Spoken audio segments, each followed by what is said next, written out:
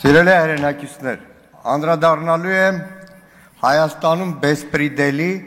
իրավական բեսպրիդելի երկու օրինակի։ Մեկ ազգային ժողովի պատգամավորի օրինակով, անդրմխելիություն, բաներ ազգային ժողովի պատգամավոր։ Դրանք ազգային ժողովի պատգամավորը, երբ որ ազգային ժողովի իշխանության պատգամավորը։ Եթե շեֆը ասում է, քննիչնովա, որ ազգային ժողովի պատգամավորի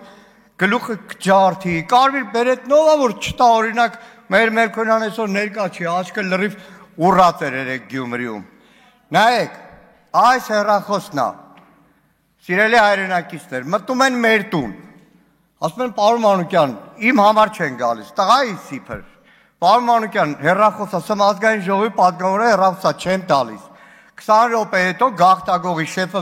զանգում է բան, Այվազյան ազգանունը, լավ հիշում եմ, մեկ էլ հարձակվում են վրաս, բալկոնում իրար ենք տալիս, գողանում են հեռախոսս, 10 օր պահածա քննչականում, դադախազին նամակ եմ գրում, ասում տիտիկինը դադախազ, ազգային ժողովի պատգամավորը հեռախոսա գողացել,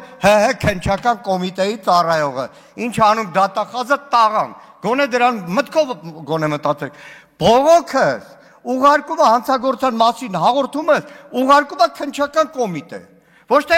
քննչականին վերահսկող,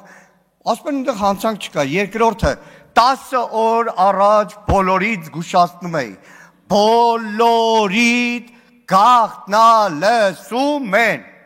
երբ պետքա ամեն մեկիդ վրա եղած ցանկացած գաղտնալսում, ամբողջական թե մոնտաժված, Նիկոլ Փաշինյանի աշխատակազմի ղեկավարի տեղակալ, Չախոյան Տարոնի